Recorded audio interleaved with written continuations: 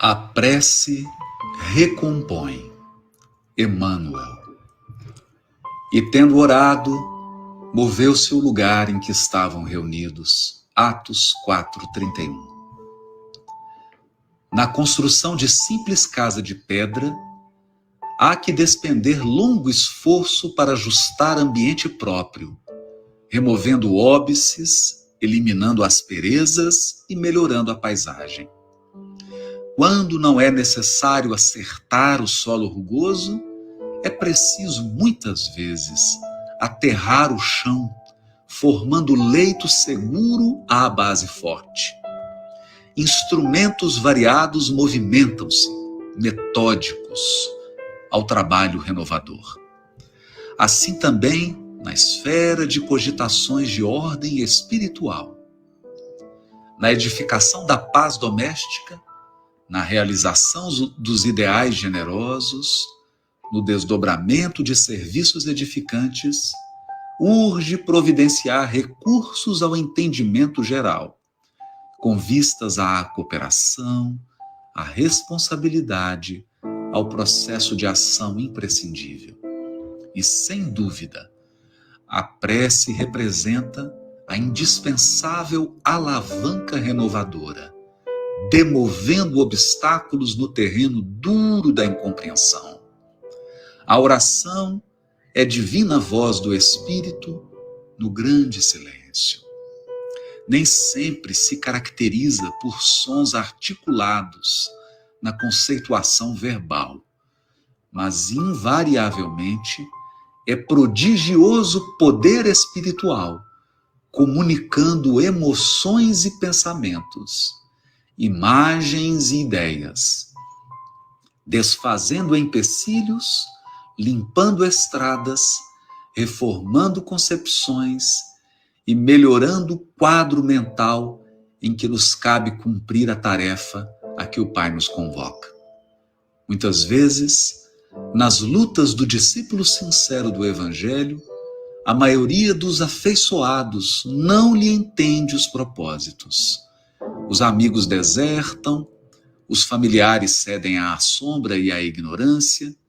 Entretanto, basta que ele se refugie no santuário da própria vida, emitindo as energias benéficas do amor e da compreensão, para que se mova na direção de mais alto o lugar em que se demora com os seus.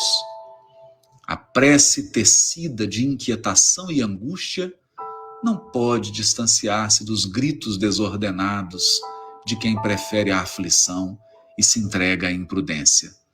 Mas a oração, tecida de harmonia e confiança, é força imprimindo direção à bússola da fé viva, recompondo a paisagem em que vivemos e traçando rumos novos para a vida superior.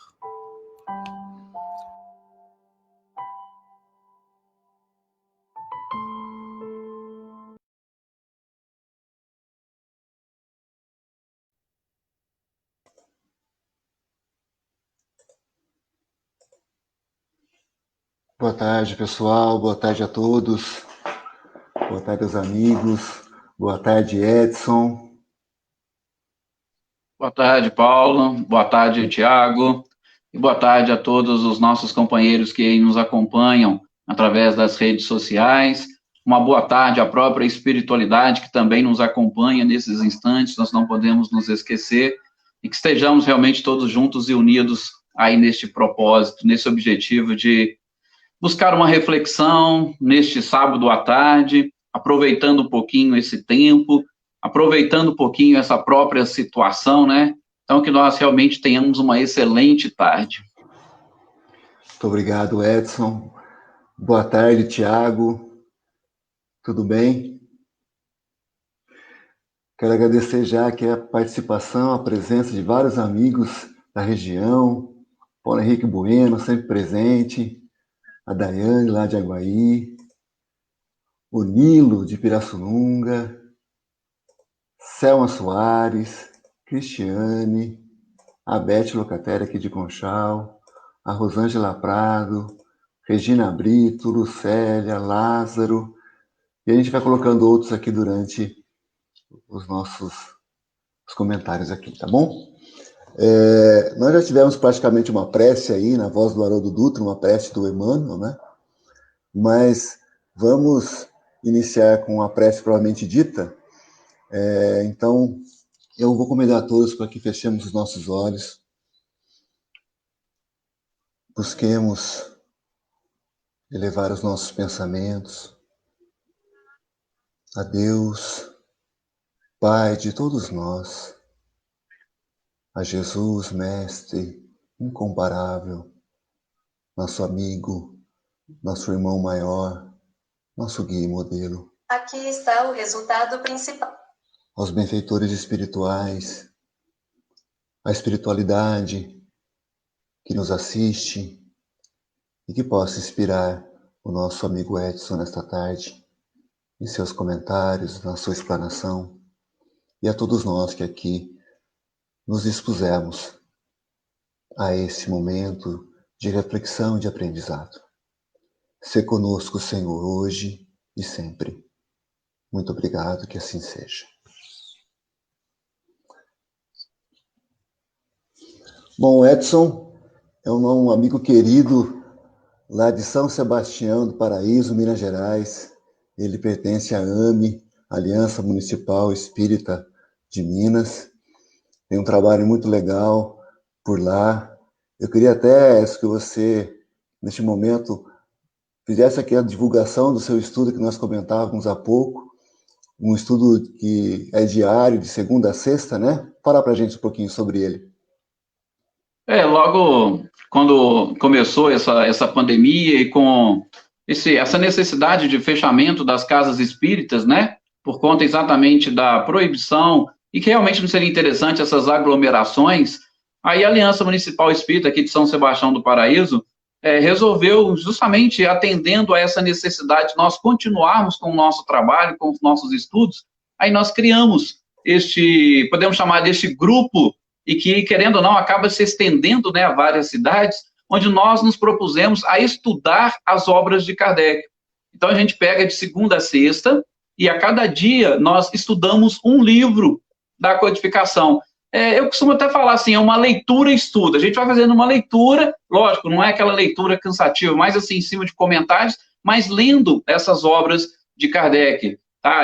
Na segunda a gente, por exemplo, estuda o Evangelho segundo o Espiritismo, na terça a gente vê o Céu e o Inferno, na quarta nós estamos estudando a Gênese, na quinta o Livro dos Espíritos e na sexta o Livro dos Médiuns. Então fica aí, inclusive, o convite para todos aqueles que desejarem participar, tá? É só entrar na página do Facebook da Aliança Municipal Espírita de São Sebastião do Paraíso. E aí, curtiu, vocês já vão lá ficar sabendo, e todos os dias às 18 horas, a gente encerra às 18h40, a gente está fazendo esse estudo, é interessante essa participação, interação das pessoas em diversas cidades, realmente tem sido assim, nós estamos formando uma família muito interessante nesse período. É verdade, tem se formado um grupo de estudo ali, muito legal. Depois, eu vou colocar aqui, inclusive, nos comentários, o link aí para a página da AME, né? E esse formato ficou bem legal, porque uma obra por dia, 40 minutos, realmente ele não é cansativo e tem muita informação ali sendo compartilhada. Parabéns, viu, Edson, por esse trabalho. Obrigado. E o Edson vai nos atender hoje para esse momento, para esse seminário online, com o tema A Família em Tempos de Pandemia. Então, Edson, já te passo a palavra, te agradecendo antecipadamente pela tua disponibilidade, pelo teu carinho conosco, e a gente volta daqui a pouco com as perguntas e respostas. Lembrando para o pessoal que fiquem à vontade, vamos colocando nos comentários perguntas e respostas para a gente que possa depois, na segunda parte, e mesmo até durante, eventualmente, a fala do Edson, a gente pode colocar na tela para que ele possa ir respondendo algum ponto, alguma dúvida ou algum comentário que faça sentido no momento da fala dele. Ok? Edson, a palavra é tua, meu amigo. Muito obrigado. Mais uma vez, nós quem agradecemos esta oportunidade de estarmos aqui. E sempre quando nós vamos falar da doutrina espírita, nós estamos falando automaticamente do próprio cristianismo. E eu acho que é uma coisa muito importante e interessante, sobretudo nesses momentos que nós estamos atravessando na humanidade, que nós estamos identificando, sim, uma falta de espiritualidade nas pessoas. E quando falta espiritualidade, nós precisamos, sim, buscar, pelo menos nesta fonte, e Cristo é a única, ou talvez a melhor e a mais perfeita fonte de espiritualidade que nós precisamos. Às vezes eu digo única, não estou querendo desfazer de outras crenças não cristãs, mas Jesus, de uma certa forma, ele sempre estará por trás, porque ele é o governador espiritual deste planeta. Então, ele, com certeza, ou tudo o que acontece, está exatamente programado por ele próprio. E aí é claro que, aproveitando essa oportunidade, ele aqui esteve para, pessoalmente, trazer a sua mensagem, nos mostrar um pouco, posso dizer assim, um pouco do que é ser uma criatura mais espiritualizada e, principalmente, quanto mais nos espiritualizamos, mais nos aproximamos do Criador. Esta é a função de toda criatura. O nosso tema hoje é família, mas nós vamos perceber que a família também tem essa função de espiritualizar a criatura. Então, é interessante quando nós nos reunirmos e, sempre que puder, não deixem de fazer isso, ainda que seja por alguns momentos, por alguns minutos, dentro do lar de cada um de vocês. Reúna os filhos, reúna esposo, reúna aí a esposa, a mãe, o pai. Olha, vamos falar aqui 5, 10 minutinhos sobre Jesus ou sobre essa necessidade de espiritualização. Então, é realmente interessante. Mais uma vez, eu gostaria até de pedir licença para agradecer a todos vocês que estão participando aqui conosco. E essa energia, essa vibração de vocês, ela é contagiante, ela chega até nós. Já, pelo menos, percebi aqui, pelo que o Paulo pôde colocando na tela, muitos desses nossos companheiros participam dos estudos conosco aqui durante a semana, e vocês não fazem ideia da importância que vocês possuem para nós. E, como eu costumo dizer nos nossos programas, nós estamos construindo uma família, gente, uma família fantástica, uma família especial. E talvez todos vocês não tenham ideia dessa energia e vibração que envolve esses momentos, que envolve os nossos lares e, claro, que auxilia e muito a espiritualidade neste período que nós estamos atravessando. Bom, para nós trabalharmos um pouquinho, eu sei que esse tema família e pandemia tem sido muito discutido por toda a sociedade, e principalmente a gente vê na sociedade brasileira, onde nós podemos dizer que temos até um nível de espiritualização bem avançado. O país pode ser o país onde existe um maior número de católicos, assim como também que existe o maior número de espíritas, mas nós percebemos que o nosso Brasil tem essa característica bem avançada. Só que ela ainda não atinge a grande parte da população. Ela ainda atinge um número, infelizmente, pequeno. E a gente pode perceber que isso está relacionado exatamente com esse tema família. Nós precisamos, sim, por isso podemos justificar, se eu posso assim dizer, nós talvez precisaríamos de algo parecido com essa própria pandemia, exatamente para nós voltarmos e resgatarmos estes valores, sobretudo dos laços de família, para nos ajudar neste processo de espiritualização da própria criatura. Então, é um tema muito discutido, muito falado, sim. Mas será que nós, mesmo tendo ouvido por diversas vezes, diversas lives, será que nós conseguimos já assimilar essas informações? Eu tenho certeza que este tema, muitos de vocês sabem, e se eu for perguntar qual seria o conceito de família? Todos nós sabemos que a família é a célula máter da sociedade.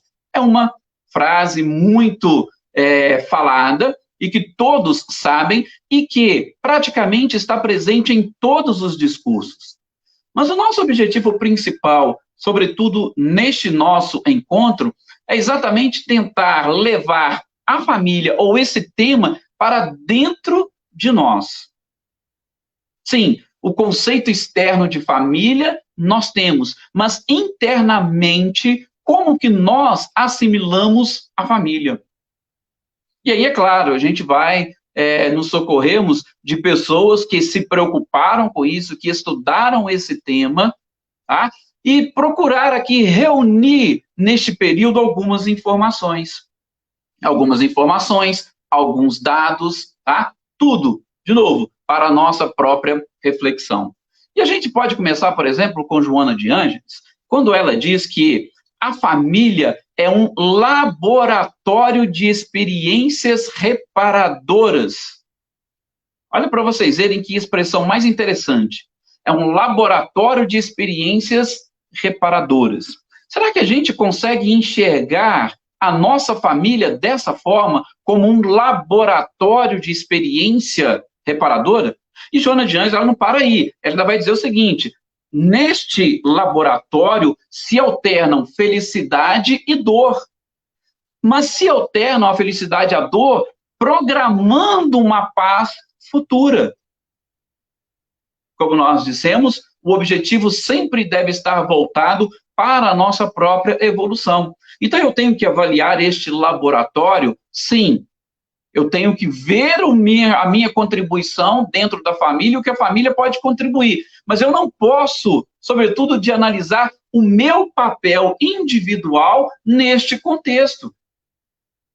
Ainda que no primeiro momento possa parecer uma ideia um pouco egoísta. Mas você está pensando em você. Sim, nós precisamos pensar em nós. Precisamos pensar em nós para exatamente nessa reflexão saber como nós estamos contribuindo e, sobretudo, como nós estamos conseguindo reparar as nossas experiências, sobretudo do pretérito, para nos transformarmos em criaturas novas.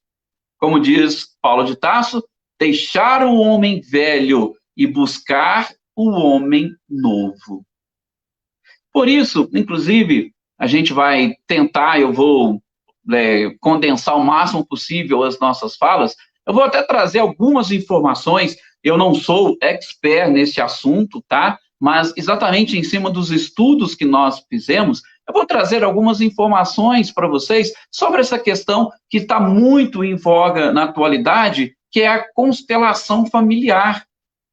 E aí vocês vão ver que o objetivo da constelação familiar é exatamente resgatar isso que Joana de Ângeles fala, como a família, como o lar, é exatamente esse laboratório. Nesse laboratório eu tenho que extrair tudo aquilo que possa resgatar aquela espiritualidade que está me faltando, sobretudo por conta de erros cometidos no passado, para que eu possa voltar a trilhar de uma forma mais tranquila essa estrada rumo à minha própria evolução.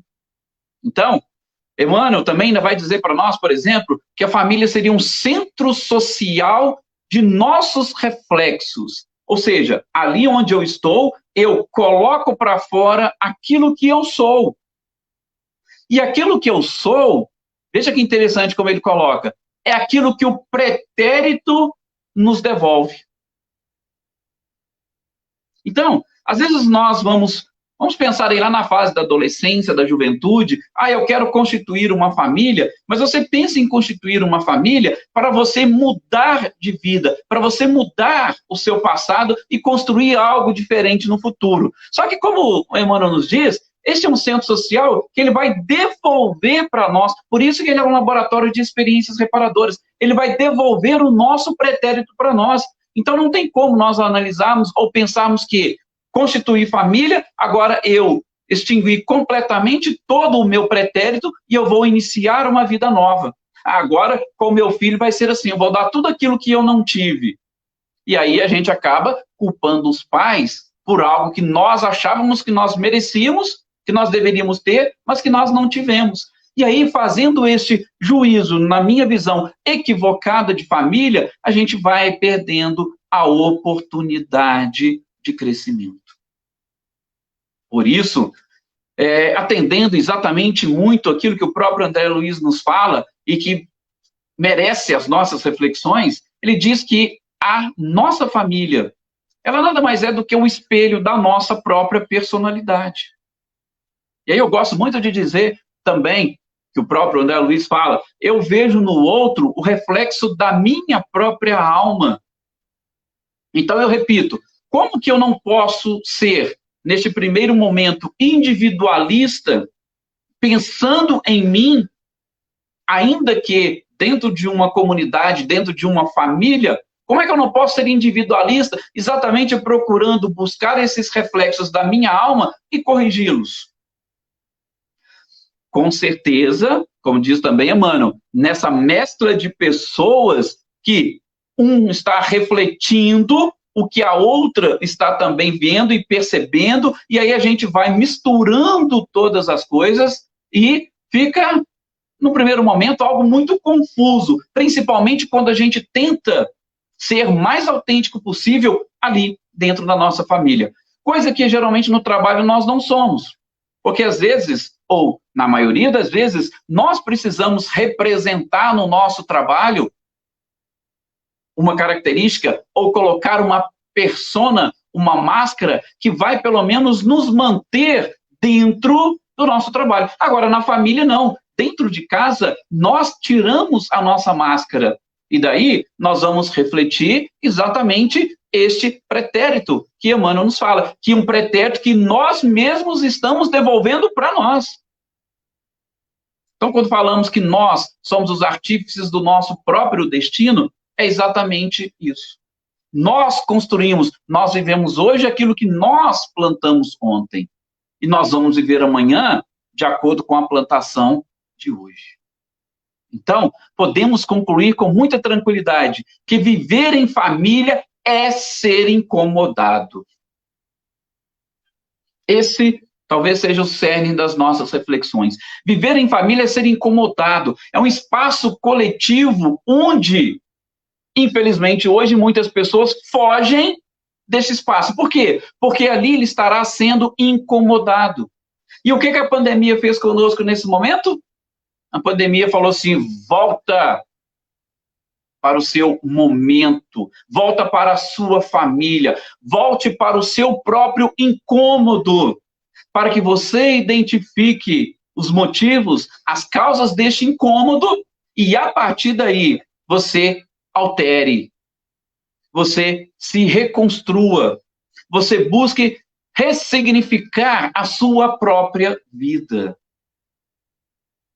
E a gente vai falar, e todos vocês devem ter já ouvido discussões desse sentido, sobretudo de que, no passado era diferente, lá no passado a família era assim, a família... Não, mas nós temos que viver o hoje, nós temos que viver o presente, e nós temos que mudar e alterar este presente. A nossa função é essa. E teria uma outra forma de nós reavaliarmos as nossas próprias condutas, se não fosse, por exemplo, através dessa pandemia? Será que se não fosse a pandemia, nós estaríamos hoje mais dentro do nosso próprio lar, com as nossas dificuldades, com os nossos incômodos? Porque, gente, é muito fácil e simples. Você chega dentro do seu lar, as coisas não estão certas? Vamos passear, vamos para um barzinho, eu vou para o futebol, eu vou para a academia, eu vou para a escola, eu vou para a faculdade, eu vou... Então, a gente vai fugindo desses momentos de convívio familiar. Por quê? Porque ali nós estamos nos vendo e ali nós estamos nos incomodando.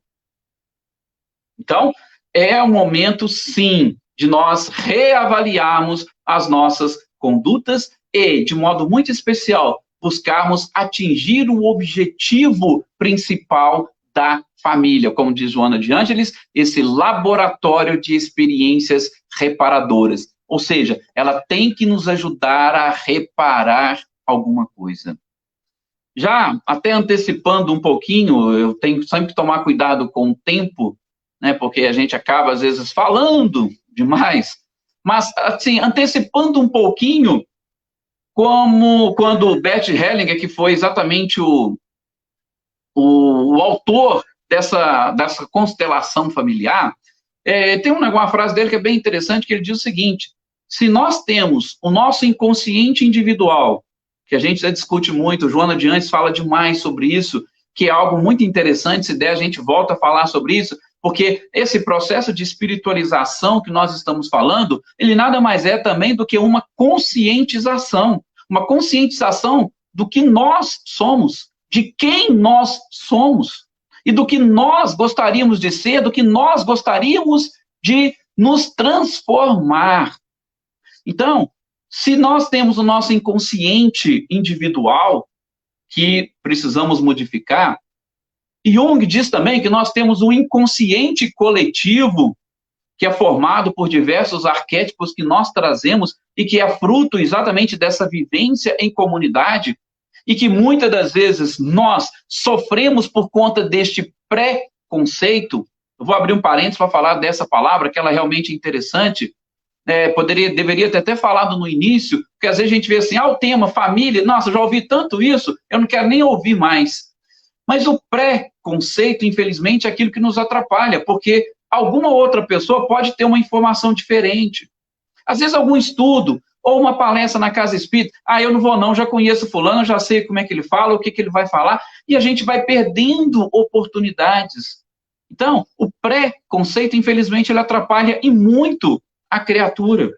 Antes de ouvir, eu já tenho aquele conceito prévio, e este conceito prévio que eu tenho, que eu vou fazendo, é exatamente aquilo que vai evitando ou criando obstáculos para que eu mesmo possa e consiga atingir esses objetivos. Então, o inconsciente coletivo, ele é o responsável por esses arquétipos que a gente precisa excluir ou pelo menos modificar, entender o seu verdadeiro significado, entender a sua época.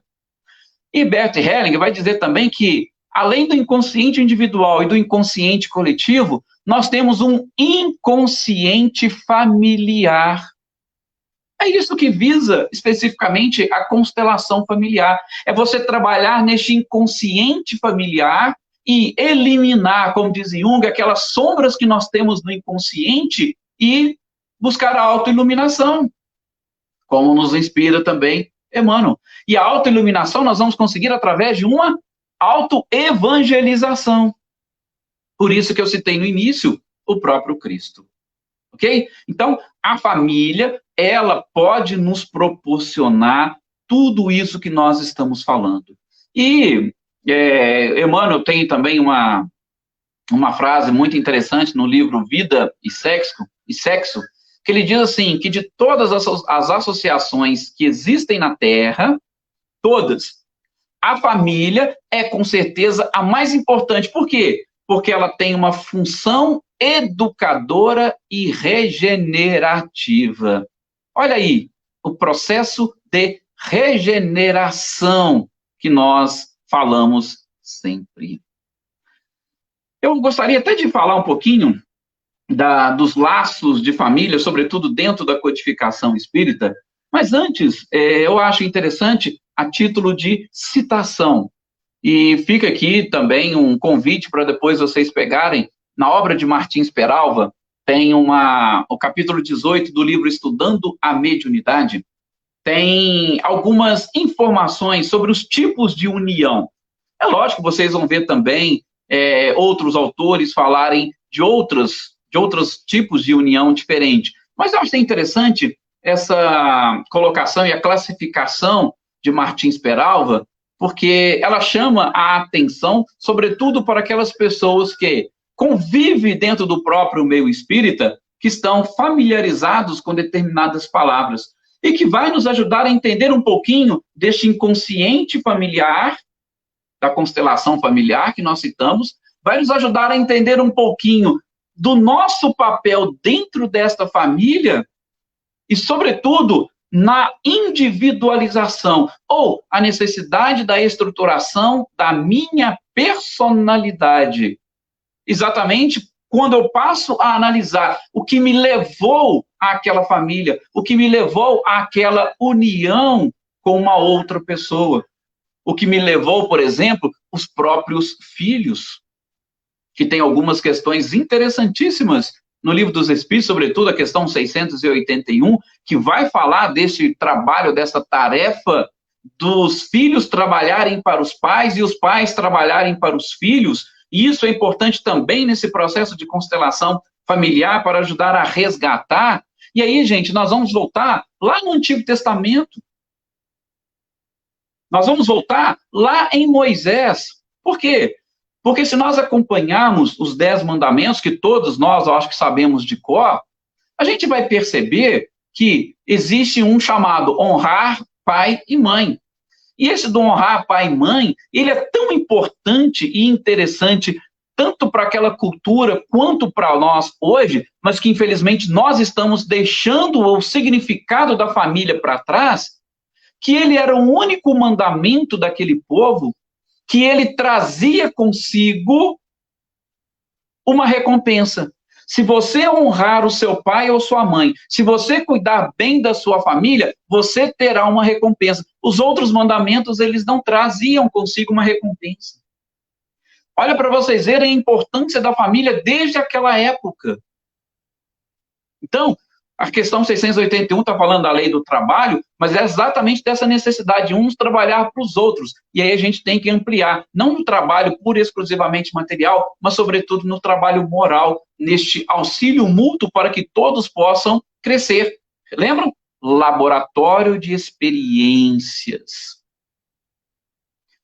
Mas antes, como eu disse, vamos só apenas citar aqui o que Martins Peralva traz, e a gente pode quase que abarcar a totalidade das uniões que formam as famílias, e que essas uniões também, gente, ou essas características, elas estão influenciando sobremaneira nesse momento de pandemia.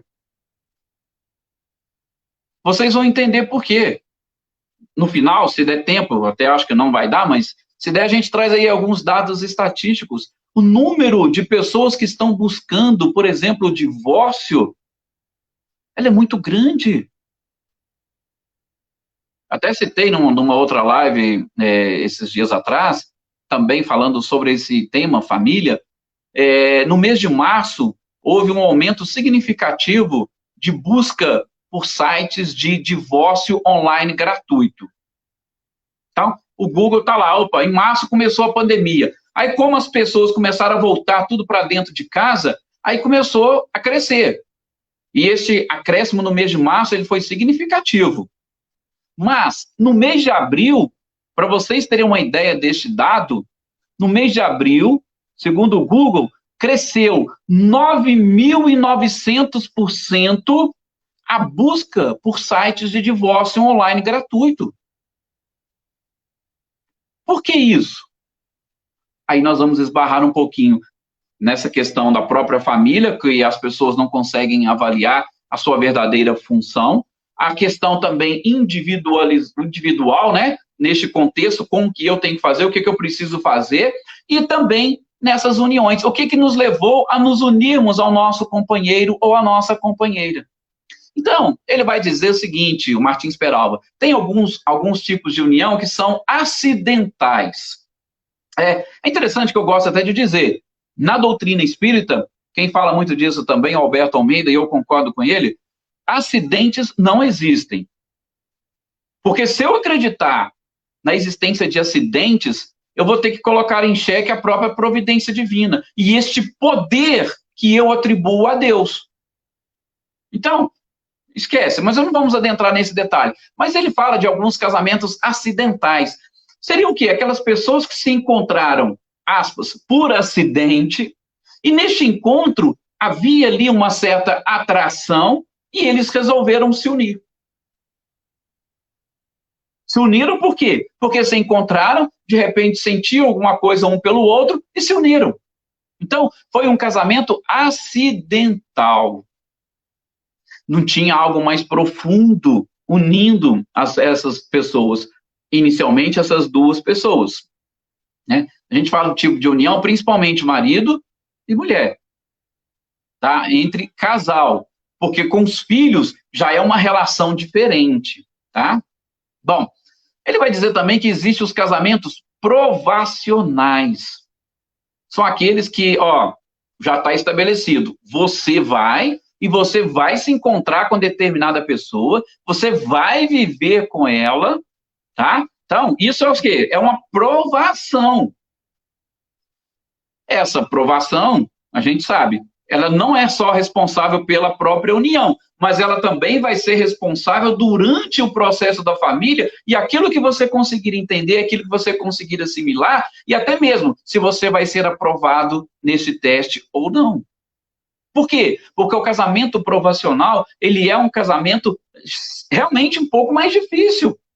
É um casamento de provas. E nós podemos dizer, gente, com muita tranquilidade, talvez a maioria dos casamentos hoje são casamentos provacionais. No início, você começa, conhece e tal, aquele amor, aquela coisa, e de repente, nossa, mas fulano não é do jeito que eu pensava. Né? Fulano, nossa, na época do amor é assim, agora casou, parece que mudou. São provações, às vezes são coisas que, a Joana de Anjos falou, é um laboratório. E dentro do laboratório, como se diz, você vai lá, você não sabe o que vai sair. Você vai tirar um sangue para fazer exame, mas você não sabe o que vai sair, qual vai ser o resultado. Tá? Então, é uma prova, mas uma prova de quê? Uma prova exatamente deste pretérito, como diz Emmanuel, que nós devolvemos para nós mesmos. A gente não está estudando esse tipo de união, estou só fazendo aqui esse apanhado para a gente começar a avaliar o nosso relacionamento. Por quê? Vou já antecipar. O objetivo de tudo isso, você identificou que tipo de união, agora você vai modificar esta união sua e vai fazer com que os dois consigam crescer, com que os dois consigam evoluir. E é lógico, traga os filhos também para esta felicidade. Tá? O outro tipo de casamento que existe é o casamento sacrificial, que Martins Peralva fala. É aquele onde um dos cônjuges, ele se sacrifica. O que nós estamos percebendo com isso? É um pouco mais evoluído, mais avançado do que o outro. Ele se sacrifica para auxiliar o outro. Vocês querem um exemplo disso? É o futuro casamento, porque a gente não sabe como é que se processou, se já foi ou não, da mãe de André Luiz, que já lá conversando com ele, falou, olha, eu vou reencarnar, vou receber o seu pai novamente como esposo, e aquelas duas companheiras vão ser nossas filhas. Aquele era um tipo de casamento sacrificial. Ela ia se sacrificar em prol dele. E aí a gente percebe que um acaba evoluindo e crescendo mais, e o outro, infelizmente, fica para trás. Depois, tem os casamentos afins. Lógico que, como eles dizem, numa afinidade um pouco mais avançada, uma afinidade um pouco mais evoluída. Vocês dois, ou o casal, eles se entendem muito bem. Não estamos querendo dizer que não existam problemas. Existe sim, mas a afinidade entre eles é maior. E essa afinidade ajuda a superar os problemas.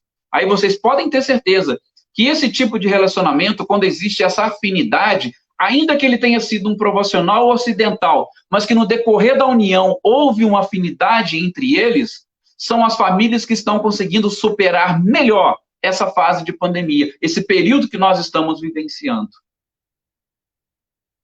Ok? E, por último, o Martins Peralva vai falar nos casamentos transcendentes, que seriam o quê? De duas almas mais, já podemos dizer, avançadas e evoluídas, mas que resolvem se unir para auxiliar um grupo maior, para auxiliar outras pessoas a também entender o verdadeiro objetivo e encontrar o significado da vida e, sobretudo, dos relacionamentos, da união. Então, casamentos transcendentes, de almas um pouco mais avançadas, que já estão também buscando ou praticamente já atingiram essa transcendência. Só para vocês terem uma ideia, a transcendência faz parte do processo de estruturação do ego, mas do seu último patamar. O primeiro, as necessidades de sobrevivência, depois as necessidades de individuação e, por último, as necessidades transcendentes.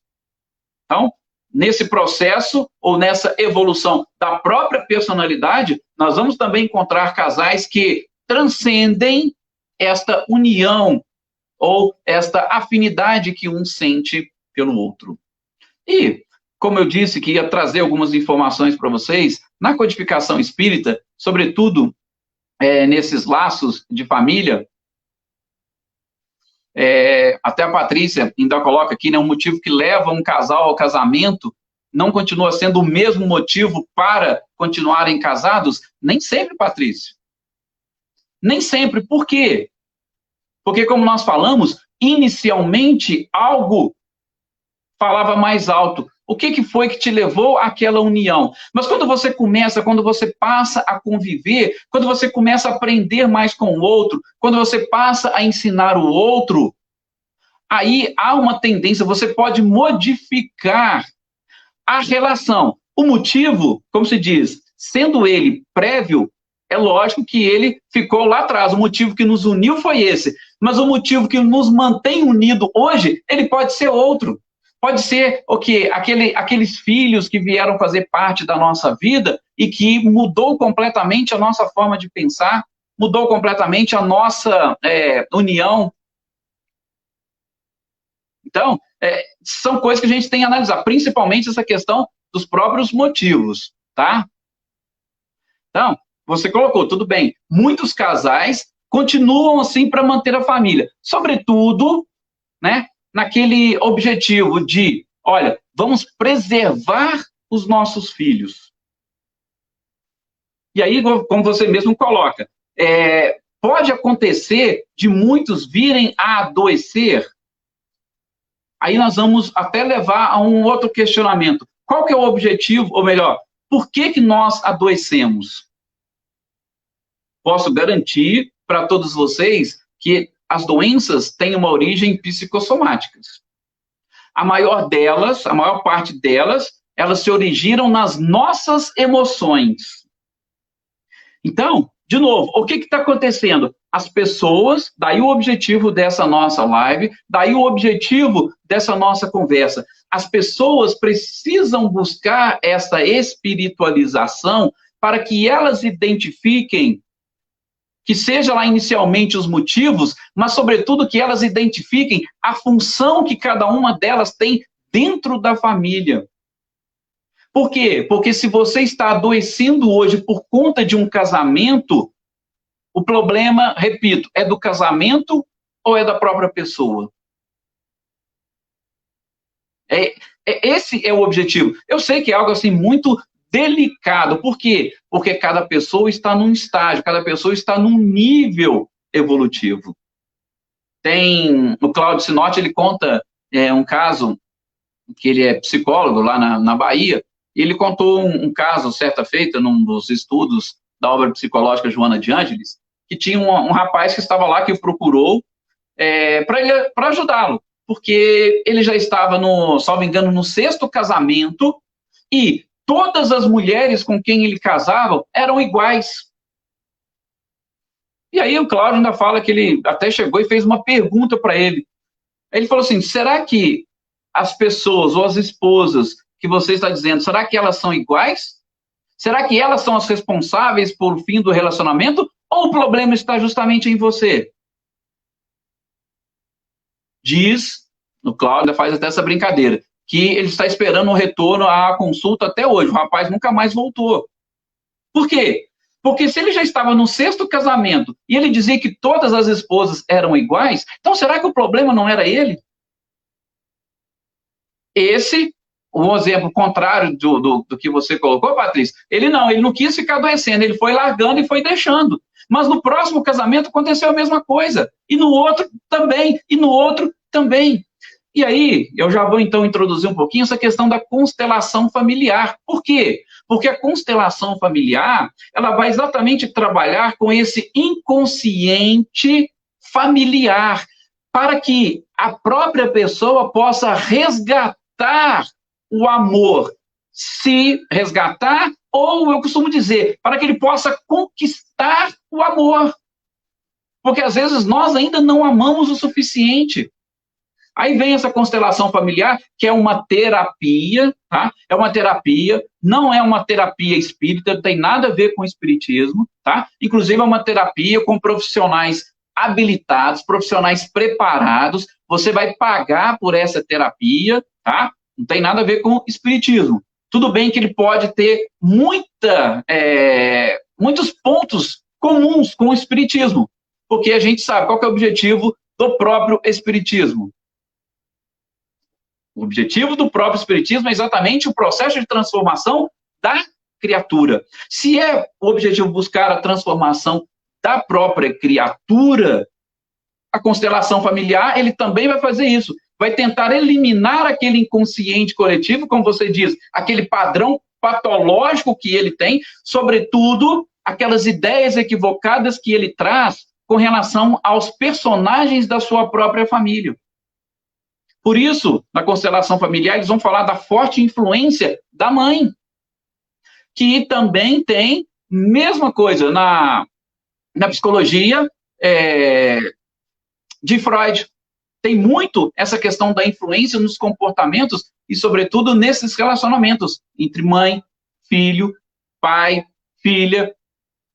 Por quê? Porque, como o Bert Hellinger colocou, é um inconsciente familiar. Você precisa reconstruir, você precisa reavaliar, você precisa analisar cada um desses personagens nesse contexto da família que você tem, exatamente para que você possa entender o papel deles, para que você possa entender o seu próprio papel e, acima de tudo, para que você possa desenvolver a empatia e a compreensão no que diz respeito ao erro dos outros. Porque, às vezes, nós culpamos os outros pelos problemas, pelas dificuldades, pelos obstáculos, por nós não conseguirmos atingir o nosso objetivo.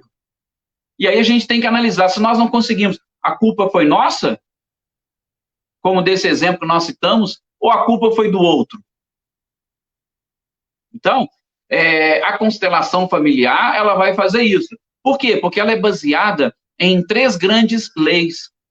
É a questão da ordem, a questão da própria hierarquia, a questão do pertencimento, tá? Que são conceitos aparentemente filosóficos, mas se der mais adiante, eu coloco para vocês. É só para a gente manter aqui essa sequência, porque a gente falou da família, da união, e a necessidade de ver o que a doutrina espírita traz para nós sobre esses laços, dentro desse laboratório de experiências que nós falamos. E são 3 perguntinhas que Kardec fez para a espiritualidade, neste ponto, sobre exatamente os laços de família.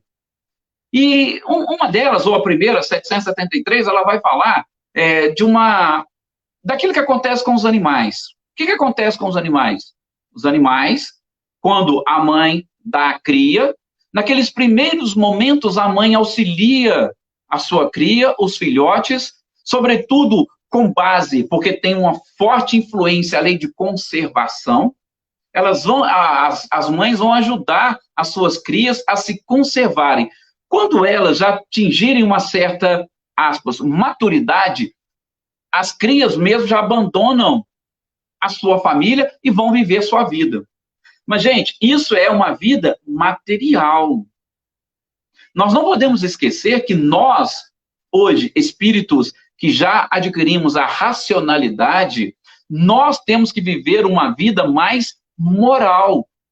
E quando a gente fala desses problemas, e sobretudo desses tipos de união, e a gente busca a necessidade de levar uma vida moral mais avançada, aí sim nós temos que ressignificar as nossas próprias atitudes e os nossos pensamentos. Senão nós não vamos conseguir resolver os problemas de relacionamento. E aí, Kardec vai falar para nós lá no capítulo 3, no item 8 do livro Céu e Inferno. Através do trabalho, nós buscamos a nossa evolução intelectual. Vamos evoluir a inteligência. essa inteligência que nós temos hoje de poder estarmos aqui conversando através de um celular, através de um notebook, do computador. Estamos aqui em diversas cidades diferentes, mas estamos conectados. Esse trabalho que desenvolve a inteligência, que é uma das asas necessárias para a evolução, espíritas, instruí-vos, eis um dos ensinamentos, ele tem o outro lado que diz, amai-vos. E o próprio Kardec vai dizer nesse item 8 do capítulo 3 do Céu e Inferno, que o amai-vos, ou a evolução moral, nós vamos conseguir através dos relacionamentos. Por isso que ele diz que os laços de família, eles representam uma vida moral para o homem no atual estágio evolutivo do espírito. E aí eu tenho, sim, que pegar e ressignificar muita coisa. Peraí, eu não tenho na minha família uma vida exclusivamente material, eu tenho uma vida moral. E essa vida moral, o que é moral? Aí a gente vai lá para a questão 629 do Livro dos Espíritos. Moral é a regra do bem proceder. Como é bem proceder dentro da minha família? Por isso que na questão 774, a espiritualidade vai responder também para Kardec. Vou abrir um parênteses para ressaltar. Gente, Kardec era uma pessoa fantástica. As perguntas que ele fazia eram assim... Eu não consigo ver uma que Kardec deixou para trás. Por isso que ele era o bom senso encarnado e foi escolhido a dedo. E ele cumpriu a sua função ou a sua missão assim, de uma forma fantástica.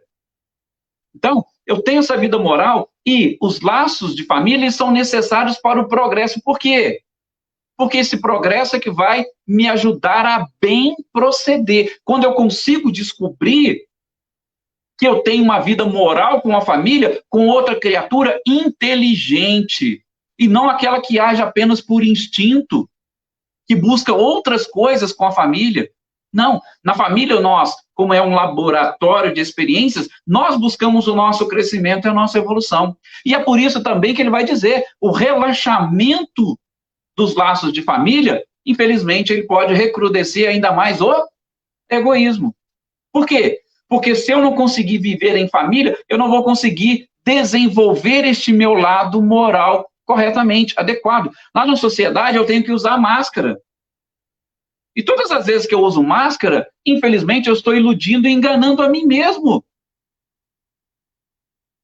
Essa é, infelizmente, uma realidade. Nós nos enganamos. E aí depois, quando a gente volta para o mundo espiritual, aí a gente vai se decepcionar com aquilo que nós realmente somos, ou com aquilo que nós ainda somos, porque nós não mudamos nada.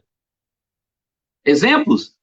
Peguem depois o livro Voltei, do irmão Jacó, que ele conta isso. Socialmente, poxa, ele era uma pessoa maravilhosa. Foi, inclusive, presidente da Federação Espírita Brasileira. Olha só, provavelmente um trabalho fantástico, mas ele mesmo dizia, quando ele olhava para Bezerra, ele olhava para Bittencourt Sapal, para outras pessoas, ele via luz nos outros e nele mesmo ele não conseguia ver luz. Mas onde nós vamos conquistar essa luz? É aqui nessa vida moral, dentro da própria família. Por isso nós estamos sendo convocados a voltar os nossos olhares para a família, para aprender com a família a desenvolver a nossa própria consciência. Não tem, assim, como podemos dizer, não tem outra explicação. Quando a gente pega e passa a analisar, nesse ponto de vista de Hellinger, do inconsciente individual, inconsciente coletivo, inconsciente familiar, são coisas interessantes para nós avaliarmos, e aqui o objetivo não é exatamente esse, mas a gente percebe, sobretudo, dentro daqueles tipos de união que nós falamos de família. Nós temos uma classificação, Joana de Anjos também fala muito bem disso, dos níveis de consciência da criatura. Aí a gente começa a se questionar, qual é o nível de consciência que eu possuo? Qual é o nível de consciência que eu tenho?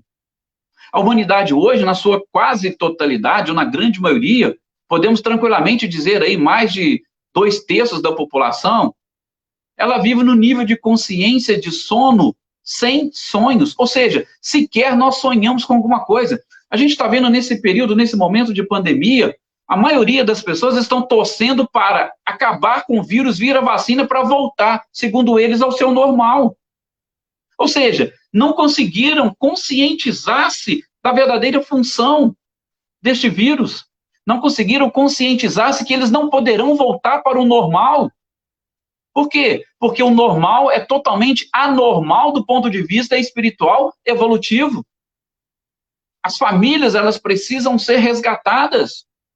O meu papel dentro da família também precisa ser resgatado. Então, essa loucura que a gente vê as pessoas querendo voltar ao normal é porque você percebe que são pessoas que não têm ainda um nível de consciência sequer com sonhos. O nível é totalmente sem sonhos. Por quê? Porque nesse nível de consciência, a pessoa vive exclusivamente aquilo que eles chamam de um homem fisiológico. Eu gosto muito desses termos voltados para a psicologia, porque a gente precisaria, sim, fazer sempre essa autoanálise, e é o que a questão 919A do Livro dos Espíritos fala, e é o que nós estamos querendo trazer para essa reflexão envolvendo a família. É exatamente essa necessidade de você se voltar, você voltar para dentro de si mesmo e identificar o seu nível de consciência. Divaldo exatamente diz isso. O que nos diferencia dos animais? São essas características: personalidade, identidade, conhecimento e consciência. Mas a gente percebe que nós sequer conseguimos vencer a personalidade. Por quê? Porque nós não estruturamos a nossa personalidade no decorrer da nossa vida. A gente fica preso naquele homem fisiológico. Nós estamos preocupados com a nossa necessidade de sobrevivência. Como que eu vou sobreviver? Não importa. Como que eu vou sobreviver? Isso é que me interessa. E se essa pandemia continuar, como é que eu vou conseguir viver? Sobreviver. E só para vocês terem uma ideia da amplitude dessas necessidades básicas de sobrevivência, ali estão alimentação, segurança e satisfação pessoal. A satisfação pessoal está dentro ainda. Só que tipo de satisfação pessoal que nós buscamos? Uma satisfação pessoal temporária para a matéria exclusivamente ou uma satisfação pessoal para o espírito imortal? É a família que vai trazer, o que vai nos proporcionar essa libertação da nossa própria consciência.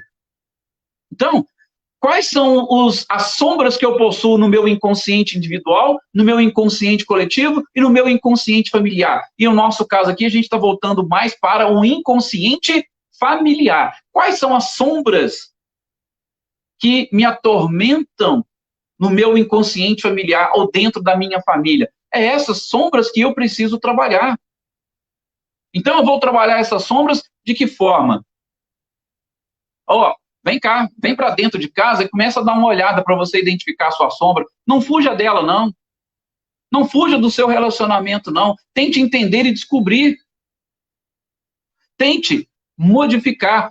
Tudo bem, não deu certo, que seja, então, uma separação amigável. Acho que realmente não deu certo, não, mas que seja algo construído através de um diálogo. Porque nesse período de pandemia, a gente viu, aumentou o número, inclusive, de violência doméstica. Talvez seja esse ponto que a Patrícia também estava querendo colocar. Cresceu o nível de violência doméstica, por quê? Porque as pessoas não se suportando mais umas às outras, aliás, as pessoas não estão se suportando dentro de casa. E aí eu quero o quê? Descontar no outro. Cresceu o número, sim, também de como é que chama? De feminicídio. Salvo engano, no Maranhão cresceu mais de 160% o feminicídio. E o que é isso? É exatamente as pessoas não conseguirem sequer conviver consigo mesmas. E aí coloca a culpa no outro dos seus próprios problemas. Então, essas reflexões que a gente vai fazendo de família, só para fechar, tinha mais algumas coisas para falar, mas a gente vai deixar o nosso espaço para pergunta. O Paulo já vai entrar aqui conosco para interagir conosco. Mas só para a gente fechar essa questão, o objetivo nosso é exatamente trazer ou fazer com que cada um possa refletir nesse instante essas questões. Por quê? Porque às vezes eu posso estar assim, sendo uma pessoa fantástica para o mundo exterior, mas para o mundo interior e para dentro da própria família, como é que eu posso avaliar o meu comportamento? A pandemia está realmente me ensinando? Eu consegui modificar, eu consegui transformar alguma coisa? Ou eu ainda estou neste isolamento social do mesmo jeito que eu estava? Eu costumo até falar umas coisas que é a forma, às vezes, da gente pensar, não sei se todos pensam igual, mas eu acho que se a humanidade tivesse aprendido da maneira correta e, sobretudo, íntima, com o isolamento social, eu tenho certeza que nós já teríamos saído dele. Mas o problema é que nós não conseguimos. Em vários lugares está até voltando o vírus. Ah, mas isso aí só vai resolver com a vacina. Sim, mas até a própria descoberta, gente, dessas coisas, ela tem o seu tempo. E é um tempo de amadurecimento. Agora, quanto tempo nós vamos demorar para nos amadurecermos? Nós já estamos entrando nesse período da regeneração planetária. Nós não temos muito mais tempo. E as coisas voltando ao normal, garanto para vocês, a maioria vai também voltar ao normal, ou seja, não vão buscar nesse laboratório a regeneração necessária. Não vão se transformar em homens novos. Não vão se espiritualizarem. E eu acho que o momento é da espiritualização. A gente tem muito o que aprender, sobretudo com a nossa família. E que a gente possa, então, refletir neste período. Como eu disse, vou chamar aqui o Paulo para a nossa conversa. Essa foi a nossa parte inicial da exposição. E aí a gente vai vendo agora alguns comentários ou algumas perguntas, alguns questionamentos, né, Paulo? Para a gente ir fechando aí. Eu falei para você, não podia deixar que a gente acaba falando além do tempo. Mas espero que tenha sido esclarecedor e a gente possa continuar interagindo agora nessa segunda parte. Não foi além do tempo, não. Foi muito bom, Edson. Tá perfeito, tá ótimo. Eu queria colocar aqui uma pergunta da Patrícia, novamente.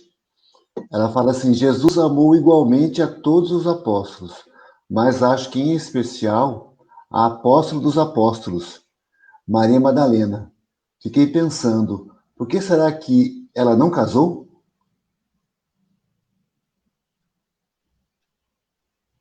Seria até interessante, mas a gente sabe que existe um pouco de polêmica nessa questão com Maria Madalena, né? Então, vamos ter autores aí que vão falar diversas coisas diferentes. Agora, a gente precisa saber, né? Primeiro, quem era Jesus? Porque, às vezes, a gente tem essa dificuldade de identificar. E ainda que ele tenha, como o próprio Kardec coloca, encarnado, ou seja, assumido um corpo de carne, será que Jesus tinha necessidade de um amor diferenciado? Será que ele conseguiria amar de uma forma diferente? Eu, particularmente, não acredito. Eu acredito que o amor dele seja igual, exatamente por ser quem ele é e quem, pelo menos aquilo que os espíritos grandiosos dizem que ele é e que ele foi.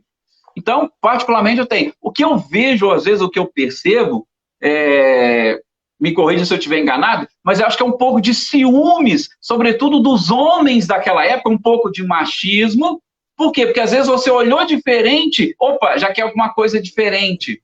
Tá? E querendo ou não, as mulheres naquele período, algumas se destacaram. E Maria Madalena foi uma de destaque naquela oportunidade, né? E só que Jesus tinha outros objetivos com esses episódios, com esses fatos. Então, eu, particularmente, não vejo um amor diferente, não. Eu vejo um amor idêntico, igual, mas um amor realmente espiritual. Agora, a forma como eles vão nos trazendo, muitas das vezes vem carregado com a emoção de quem escreveu. E aí eu acho que a gente tem que tomar um cuidado muito especial. Repito, analisando, eu tendo por base quem Jesus é, quem nós sabemos que ele é, e qual o objetivo que o trouxe aqui. Com certeza. E também, um outro olhar é assim, né? Se ele teve um período bem curto para o seu ministério, que foram de 3 anos aproximadamente, né? Um casamento, de alguma forma, iria atrapalhar. Não tem como, né? Haveria, de certa forma, alguma limitação nisso. Então, acho que talvez seja uma das respostas possíveis, mas com certeza a tua colocação quanto ao tipo de amor que Jesus veio nos oferecer, né, no padrão ágape, e daí para cima, né, certamente, é exatamente a resposta principal para essa pergunta da Patrícia. Você já colocou en passant na sua fala, Edson, mas é importante ressaltar que a constelação familiar, embora toda a sua importância, e a gente sabe da sua eficácia, ela não é uma prática espírita, né? Só para a gente reforçar isso. Sim. Inclusive, gente, Bert Hellinger, ele foi padre, né? Antes de abandonar, melhor, depois que ele abandonou a batina, que ele começou a fazer esses estudos e tal, né? E aí, mas ele foi padre, tá? Então, e ele foi percebendo nessa questão, sobretudo, dos relacionamentos, a importância, pelo menos, que ele estabeleceu do próprio amor. Ele tinha a família baseada na lei do amor. Só que para ele é o seguinte, ó, a lei do amor, mas eu tenho, assim, pelo menos 3 outras subleis, posso assim dizer, ou decretos, que vai nos ajudar a atingir esse amor. Então, se eu desrespeitar isso aqui, eu não vou conseguir atingir o amor. Então, sim, não tem nada a ver com a prática. Tanto é que o Divaldo, numa fala dele, diz o seguinte, que é uma pena que o Bert Hellinger não falou da reencarnação. O Divaldo comentando. Não, é perfeito, o que ele falou perfeito. Mas é uma pena que ele não falou da reencarnação. O Divaldo comentando. Então, sim, realmente não tem nada a ver com o espiritismo.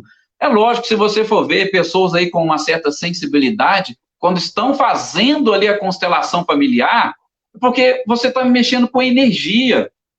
Quando você está falando, você está trabalhando, você está representando, por exemplo, a sua mãe, o seu pai, o seu tio, o seu avô, você está mexendo, lidando com aquela energia. E aquela energia, ela está muito mais, assim, próxima de quem conhece um pouco da espiritualidade do que daqueles que não conhecem. Então, por isso que muitas pessoas confundem, mas não é uma prática espírita, muito pelo contrário. Repito, Bert Hellinger, ele era padre, e aí depois ele foi continuar os seus estudos, mas por esse outro campo. Tanto é que ele nem tinha aí o contato, pelo menos ele não chegou nem a falar, a mencionar a própria reencarnação, como o Divaldo faz esse comentário. Mas eu entendo até que quando ele entra na questão do inconsciente coletivo e também do antepassados, né? Ele acho que leva para esse lado da reencarnação, né? Ele traz de alguma forma essa nuance, né? Não propriamente a reencarnação. Porque quando você fala no inconsciente, tá? Você trabalha no inconsciente tanto desta atual quanto das outras anteriores. É simplesmente um conteúdo que você não quer trabalhar, eu costumo dizer, você vai varrer para debaixo do tapete. Não, deixa lá que eu não quero mexer com isso. E isso pode ser tanto de existências anteriores, quanto é o que diz o capítulo 5º do Evangelho segundo o Espiritismo. Causa atual e anteriores do nosso sofrimento. Então, é realmente por aí. Legal. Eu queria só dar um recado aqui para o Tiago. Tiago, nós comentamos aqui, combinamos de um horário de 1 hora. Se você precisar, tiver algum outro compromisso, fica à vontade, tá bom?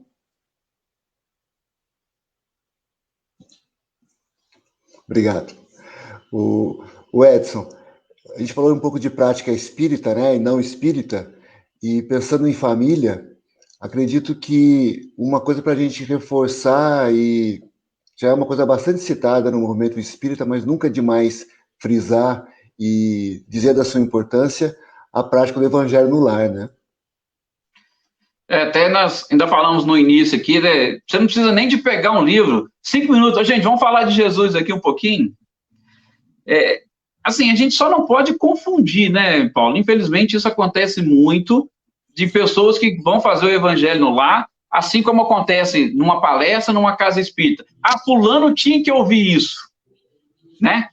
Então, eu gosto sempre de frisar, igual a gente está falando aqui da família, é a questão individual, o seu papel, é a sua participação, o que você está aprendendo com isso? Né? Não, mas o outro, chama o outro para participar, mas não fale, não, como se diz, não comente, fale de você. Ó, eu estou aprendendo isso, e pronto. Porque quando você começa a julgar para o outro, aí a situação realmente fica complicada. O evangelho do lar pode ter até um efeito contrário, podemos assim dizer. Mas essa prática ela é tão importante, tão interessante, a gente costuma dizer, é igual uma faxina que você faz em casa, pelo menos uma vez por semana, você tem que dar uma faxina, uma geral, né, para limpar realmente. E do ponto de vista espiritual, fluídico, o evangelho no lar, ele vai exercer essa função, ele vai dar aquela limpada fluidicamente no seu ambiente, que ele vai ficar muito mais tranquilo, muito mais gostoso. E a gente vai percebendo a diferença, tá? É importante alertar para aquelas pessoas que não têm costume dessa prática, até só abrindo parênteses, esses dias mesmo eu falei, que não sei se eu já comentei contigo mesmo, Paulo, com alguns, a minha família é católica, tá? Os meus pais são todos, só eu que estou desse lado, né? Esses dias eu estava conversando com meu pai, falei, porque a gente mora em cidades distantes, eu falei, olha, pega aí então, pega o texto, vai rezar o texto, mas junta a família, reza o texto aí entre vocês, uma prática, já que não pode ir na missa, senta, reza o texto, mas de preferência todo mundo junto. Por quê? Porque ele vai ter uma energia, a espiritualidade vai saber trabalhar com aquele momento. Ele é importante para isso, né? Então, assim, é uma coisa que a gente tem que realmente aprender a assimilar, ouvir um pouco mais essas lições, dar essa oportunidade para que o nosso anjo de guarda também trabalhe ali um pouquinho no nosso mental, que muitas coisas vão surgindo exatamente dali, daquele momento de reunião com a família, os seus filhos vão te olhar de uma forma diferente, a sua esposa ou o seu marido, ele vai te olhar de uma forma diferente, ver que você está buscando alguma coisa mais sublime. Então, isso aí vai modificando as pessoas, sim. Talvez, naquele primeiro momento, tem gente que fica preocupada. Eu comecei a fazer, mas aí a campainha tocou, é o telefone que toca. Gente, no início, isso é algo até natural. Como se diz, existem também forças contrárias. Lógico que a gente não quer culpar todo mundo ou os outros por aquilo que nos acontece. Mas aparecem determinados obstáculos que a gente tem que aprender a superar. Então, peraí, fulano, não, mas aqui, vamos pegar, vamos manter, vamos... Pronto. Se você tivesse que sair, se você tivesse que ir, por exemplo, na missa, num culto ou num centro, você sairia. Então, por que você não pode fazer ali? Então, é só mesmo vencer e superar aí alguns obstáculos, que seria importante também alertar as pessoas que vão iniciar esse processo. É isso mesmo. E é importante que você citou essa questão de não ficar achando um motivo para atacar o outro, né? Algumas coisas não são recomendáveis no Evangelho, né? Uma é você não obrigar a pessoa da família que não queira participar a participar. Tem que ser uma coisa espontânea, né? Outro não é momento para comunicação mediúnica, não é momento para mediunidade, né? E outro importante é esse que você colocou, né? De não ficar achando no Evangelho aquele ponto para um ficar cutucando o outro, porque senão, de fato, o efeito é o oposto do buscado, né? E a pessoa, às vezes, vem alguns realizam o Evangelho no lar, abrindo o Evangelho ao acaso, né? Muitos fazem isso. E, às vezes, vão lá com o dedinho com a página marcada já para fazer de conta que foi o acaso, mas, na verdade, queria tocar naquele ponto, porque aquele ponto era para atacar o outro. Ainda mais se aconteceu alguma coisa antes e tal, alguma coisa que você quer chamar a atenção, que você não teve coragem de falar, agora, através do Evangelho, eu falo. Peraí. Não sei o que estou dizendo. Tem um comentário aqui da Daiane. A Daiane é uma amiga querida lá de Aguaí, embora ela seja conchalense de coração, que ela morou aqui conosco. Ela coloca assim: se não tornarmos melhores depois disso, depois de tudo que estamos passando durante a pandemia, de nada adiantou, seja no convívio familiar, no trabalho, na sociedade, né? Acho que é um resultado esperado para a pandemia é esse, né, Edson? A nossa melhora, né? Se a gente for analisar do ponto de vista, principalmente, tem vários, sim, mas do ponto de vista espiritual, de novo, o objetivo é a nossa melhora íntima. É a nossa melhora. O que eu consegui extrair disso? Como é que eu consegui, ver e enxergar as coisas que envolvem a minha existência? E, sobretudo, essas sombras que estão no meu inconsciente. Porque é aqui que eu vou encontrar. É olhando no espelho, ou vendo no outro, que eu vou achar essas minhas sombras. esses meus defeitos. Então, como ela disse, se eu não conseguir identificar isso e não modificar, opa, eu vou retornar para a parte espiritual, quando chegar lá na prestação de contas, falar, mas o que você mudou? Ah, mas eu não tive... Você não teve chance, você teve até uma pandemia que te levou para uma terapia durante vários meses, você disse que não teve chance, não teve oportunidade, porque tem gente que ainda fala que está sem tempo, sem isso, sem aquilo, mas assim, são coisas que a gente fala que realmente são simples. Questão de 5, 10, 15 minutos, você faz uma análise do seu comportamento dentro da família. Com certeza. Travou ali para o Edson. A Regina Brito, ela coloca assim, né, uma pergunta: a pandemia seria convite a encontrar propósito da família se evoluir? Enquanto o Edson não volta, Regina, eu vou aqui me antecipando, creio que sim. É um momento importantíssimo para que nós reflitamos e façamos uma análise, né? Como que a gente tem convivido em família. Então, a família é um ambiente propício para que nós exercitamos tudo aquilo que nós já compreendemos da mensagem do Cristo. Então, é fundamental que isso seja encarado. Acho que o Edson lhe deu uma saidinha da transmissão e já volta. O nosso amigo Nilo, lá de Pirassununga, ele faz um comentário aqui, eu acho que ele se refere àquele momento em que o Edson falava de não usar o evangelho para se...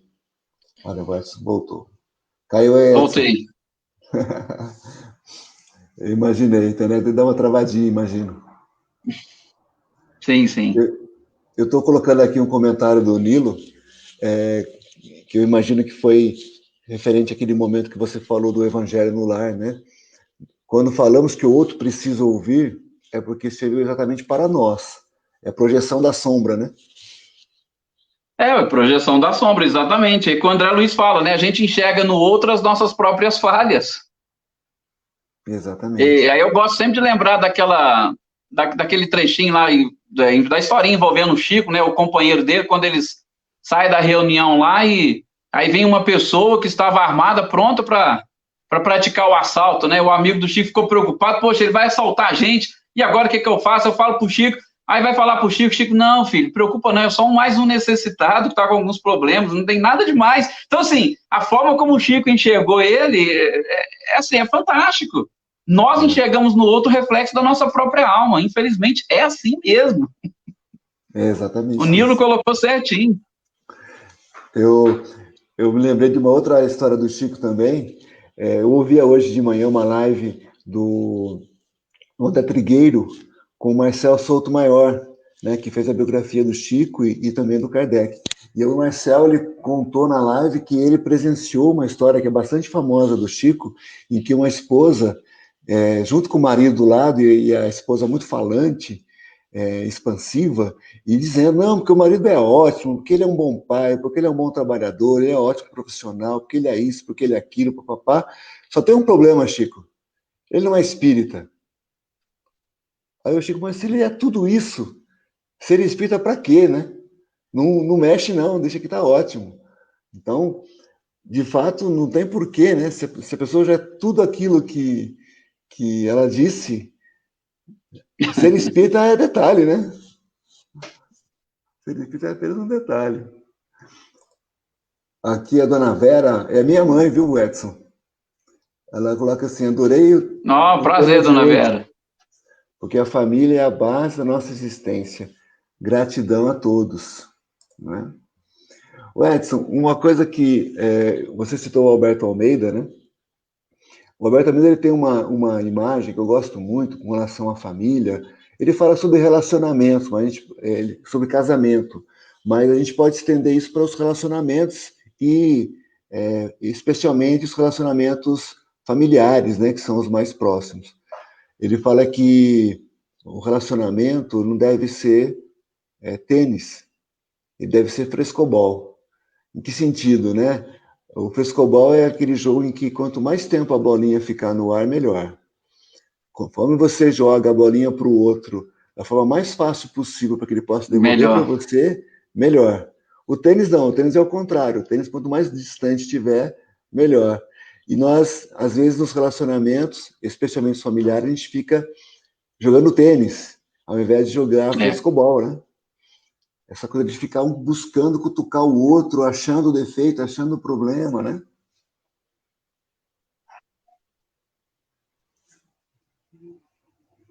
Acho que tá demorando para chegar o áudio lá. Sim, tá demorando um pouquinho para chegar, Paulo. Eu tô acompanhando, mas ele tá demorando. Deve ser a minha internet, mas estranho que tava tudo certinho, isso que eu tô. Mas infelizmente nesse período esse congestionamento ele tem, né, esses percalçozinhos. Tem mesmo. É isso mesmo. Muito bom.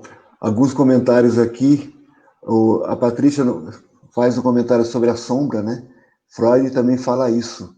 Chamou de projeção das sombras. Muito bem, Edson. Quero te agradecer demais a tua fala. Muito abrangente. Acho que tema família ele é bastante extensivo, né? Dá para a gente ficar aqui bastante tempo, se possível fosse. Mas você já conseguiu abordar vários aspectos e a gente consegue trazer esse momento especial, que embora não fácil, mas como tudo na vida, tudo tem o seu propósito, o seu objetivo benéfico, né? E a pandemia, como você coloca no próprio tema, né? Nos permite a família estarmos mais em convivência com a família, apesar das dificuldades, né?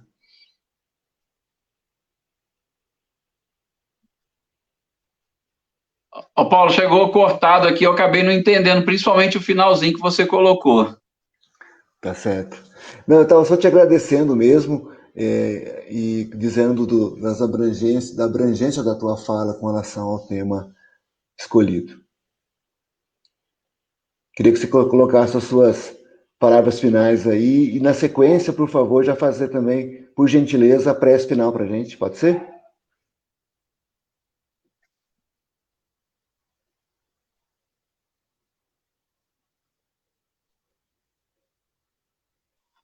Pode. Bom, como consideração final, eu costumo sempre até dizer quando a gente vai preparar estudos dessa natureza e, sobretudo, nessa amplitude como família, eu costumo até dizer que as nossas exposições ou a nossa fala, ela não é nada mais do que uma introdução. É uma introdução ao tema e cada um deve depois tentar trabalhar isso, refletir sobre esses aspectos, às vezes até pegar um caderninho, anotar, opa, isso que foi falado, peraí, eu penso assim, eu penso assado. Então, eu gosto sempre de dizer que a gente deve aproveitar essas oportunidades como apenas uma introdução ao tema, uma introdução ao assunto, para depois a gente dar sequência na nossa vida e aproveitar o máximo possível aquelas colocações. Eu gosto de dizer também porque, assim, geralmente nós, como o tema é amplo, a gente vai pegando trechos daqui, outros trechinhos dali, vamos juntando. E se a gente for pegar realmente e separar, a gente vai ver que tem material.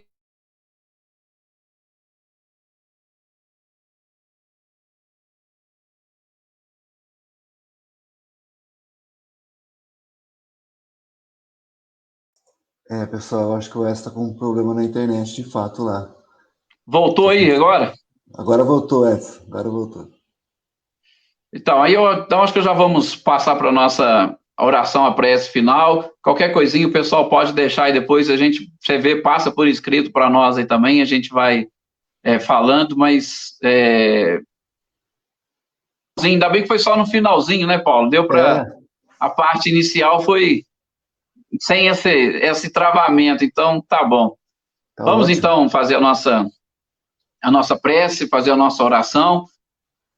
Desde já agradecendo a todos vocês essa oportunidade, agradecendo ao Tiago aí essa colaboração também, e que os nossos companheiros que conseguem, que entenderam, que participaram, né, através das Libras, é muito interessante essa participação, que bom que isso tem acontecido e tem aumentado para ampliar cada vez mais o conhecimento daquelas pessoas que antigamente não tinham essa oportunidade. Então, eu convido a todos agora nesse instante para elevar o seu pensamento e, sobretudo, para agradecer a Deus. Agradeçam a Deus essa oportunidade que nós tivemos. Agradeçam a Jesus, este governador espiritual do nosso orbe, que com certeza, se estamos aqui estudando nesses instantes, é porque ele deixou informações, é porque ele deixou ensinamentos e que nós, até hoje, estamos tentando assimilar e entender. E, é claro, para também praticarmos.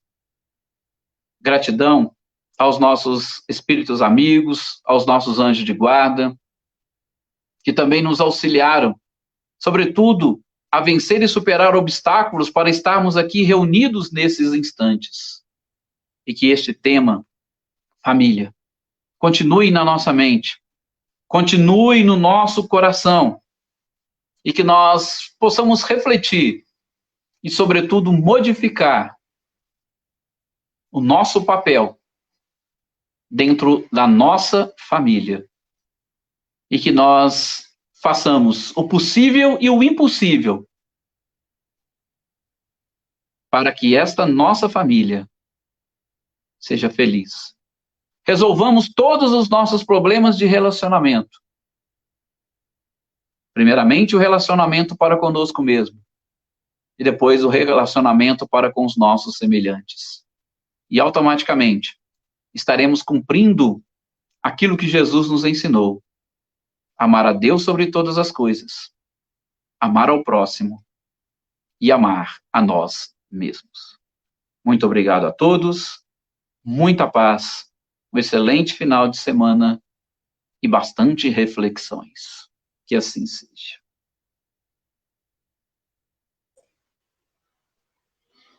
Que assim seja, que assim seja. Edson, a palavra que você usou na tua prece, gratidão, é a palavra que temos aqui em muitos comentários, inclusive é a minha palavra também. Gratidão a você pela tua disponibilidade, pela tua fala. Tem vários comentários aqui, muitos agradecendo. Regina Brito, gratidão pelo estudo esclarecedor, que Deus abençoe a todos nós. Muito bom mesmo, querido. Te agradeço demais, mais uma vez. Agradecer também ao Tiago pela disponibilidade. O Tiago está aqui em trabalho voluntário, pessoal, muito obrigado. E que nós possamos todos, como o Edson disse agora na sua prece, utilizarmos esses momentos para a nossa reflexão e que possamos sair dessa fase pandêmica melhores do que entramos, seres renovados, começando a renovação que o planeta necessita a partir de nós, né? Muito obrigado a todos. Um grande abraço, pessoal. Até logo, Edson, obrigado. Até logo, Thiago. Até. Fique com Deus.